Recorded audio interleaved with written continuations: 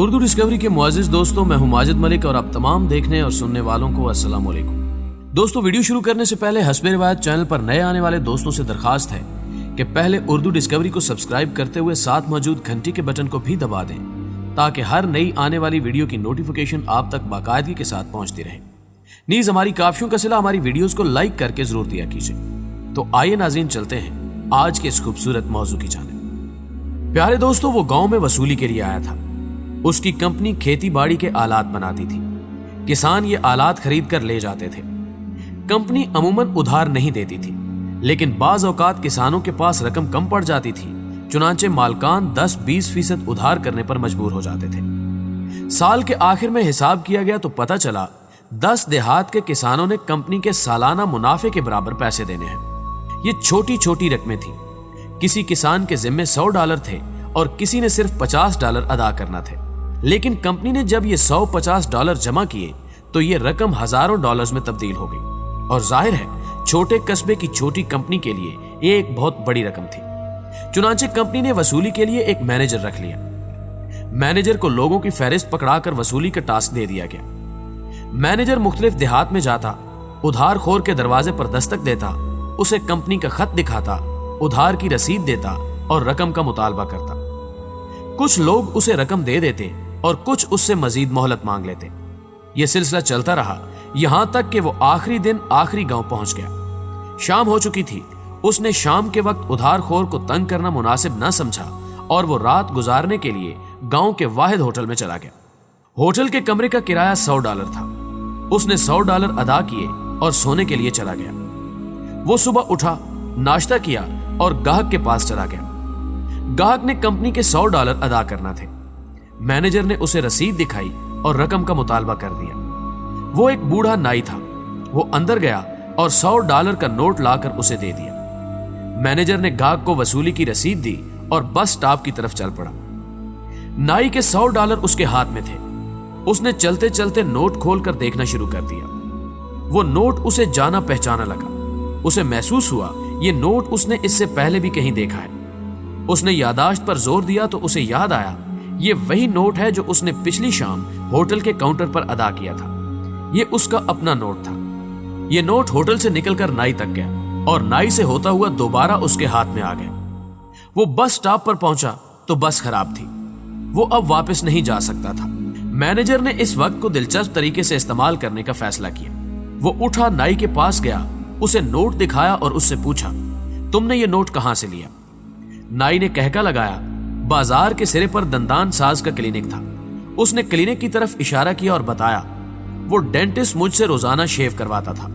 ادھار $100 تک پہنچ گیا تو میں نے کل اس کو وارننگ دے دی کہ تم نے اگر آج اپنا ادھار ادا نہ کیا تو میں کل سے تمہاری شیو نہیں بناؤں گا۔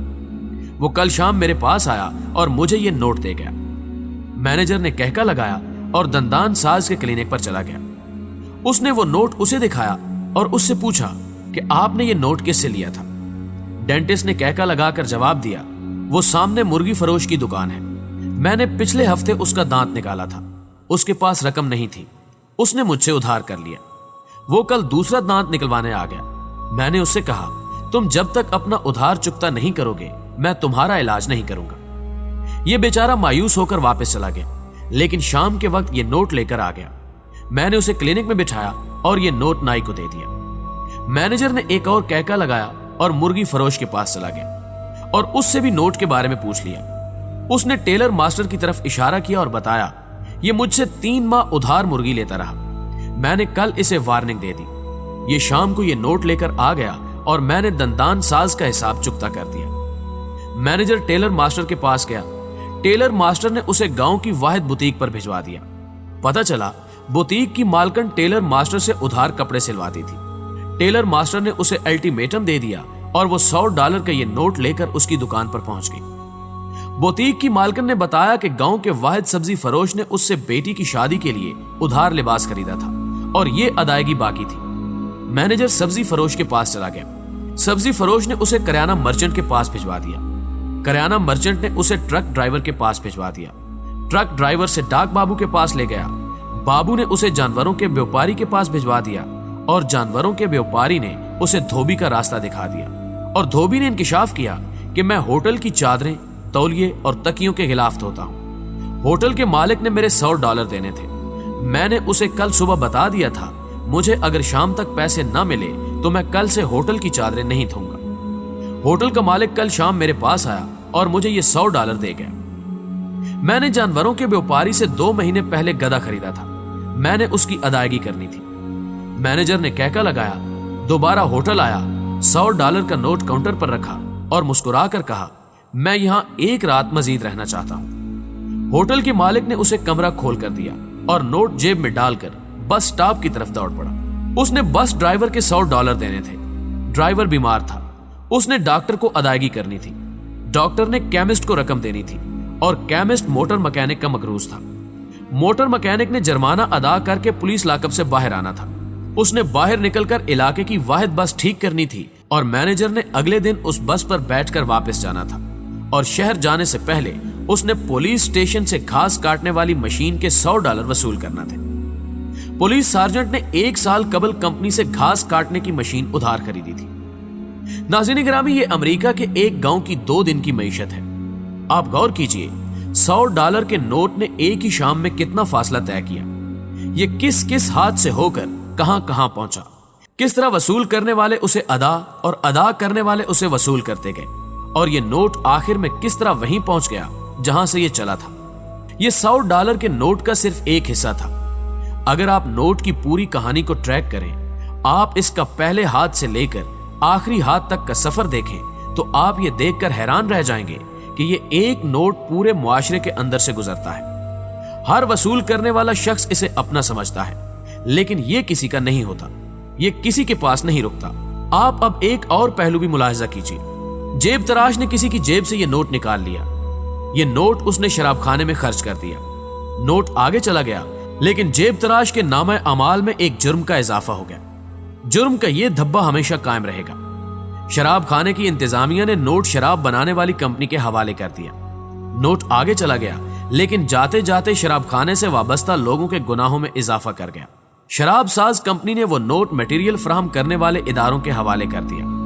نوٹ آگے کھسک گیا، مگر کمپنی کی اخلاقیات کی چادر پر بد اخلاقی اور معاشرتی گراوٹ کا نشان چھوڑ گیا۔ مٹیریل بنانے والی کمپنی نے ملازمین کو تنخواہ دی تو وہ نوٹ ایک جواری ملازم کے پاس چلا گیا۔ جواری نے وہ نوٹ جوئے پر لگا دیا۔ وہ بازی ہار گیا اور نوٹ جیتنے والے کی جیب میں چلا گیا، لیکن جاتے جاتے جواری کے گناہوں، افسوس اور ملامت میں اضافہ کر گیا۔ جیتنے والے نے وہ نوٹ طوائف کو دے دیا۔ نوٹ مزید آگے نکل گیا، لیکن نکلتے نکلتے 2 انسانوں کی بیلنس شیٹ میں ایک اور گناہ کبیرہ لکھ گیا۔ طوائف نے وہ نوٹ کریانہ مرچنٹ کو دے دیا۔ نوٹ آگے چلا گیا، لیکن جسم فروشی کا جرم اور گناہ طوائف کے نامہ اعمال میں باقی رہ گیا۔ کریانہ مرچنٹ نے وہ نوٹ رشوت میں ایکسائز آفیسر کے حوالے کر دیا۔ نوٹ 2 ہاتھ آگے منتقل ہو گیا، مگر رشوت کا دھبا پیچھے رہ گیا۔ ایکسائز آفیسر نے وہ نوٹ بچے کی فیس میں ادا کر دیا۔ نوٹ آگے چلا گیا، لیکن خاندان پر حرام خوری کا اثر چھوڑ گیا۔ سکول نے وہ نوٹ چیریٹی میں ہسپتال کو دے دیا۔ نوٹ آگے نکل گیا، لیکن سکول کی نیکنامی میں اضافہ کر گیا۔ ہسپتال نے وہ نوٹ ادویات فراہم کرنے والی کمپنی کو دے دیا۔ نوٹ مزید آگے نکل گیا، مگر یہ جاتے جاتے چند مریضوں کو زندگی دے گیا۔ ادویات ساز کمپنی نے وہ نوٹ مٹیریل بنانے والے اداروں کو دے دیا۔ مٹیریل بنانے والوں نے یہ نوٹ ریسرچ لیب کو دے دیا۔ ریسرچ لیب نے وہ نوٹ یونیورسٹی کو دے دیا۔ یونیورسٹی نے وہ نوٹ چرچ کو دے دیا، اور چرچ نے وہ نوٹ شام کے مسلمان مہاجرین کو بھجوا دیا، اور مسلمان مہاجرین نے وہ نوٹ کیمپ کی عارضی مسجد پر لگا دیا، اور مسجد بنانے والا ٹھیکیدار وہ نوٹ جوئے میں ہار گیا۔ پیارے دوستو، آپ ملاحظہ کریں، نوٹ کسی کے پاس نہیں رک رہا، یہ مسلسل سفر کر رہا ہے۔ یہ ایک ہاتھ میں آتا ہے اور دوسرے ہاتھ سے نکل جاتا ہے، لیکن جاتے جاتے قرضہ، جرم، گناہ، ثواب، خوشی اور تسکین چھوڑ جاتا ہے۔ یہ کیا ہے؟